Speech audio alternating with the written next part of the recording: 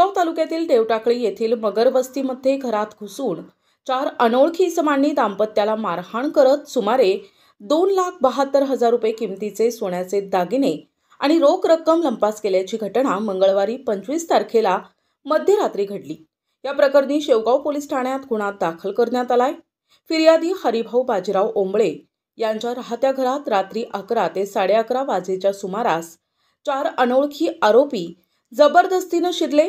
त्यांनी लोखंडी रॉड, चाकूचा धाक दाखवत फिर्यादी आणि त्यांच्या पत्नीला लाथाबुक्क्यांनी मारहाण करून साडी आणि धोतरानं बांधून ठेवत तसेच घरातील कल्याण बाळासाहेब आंधळे यांनाही मारहाण केल्याचं समजतंय।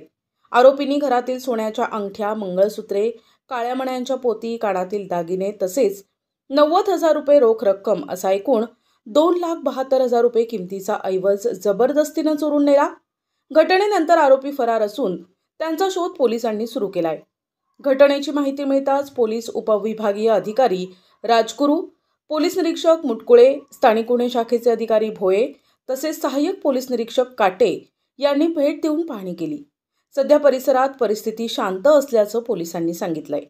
या प्रकरणी पुढील तपास सहाय्यक पोलीस निरीक्षक काटे हे करत आहेत।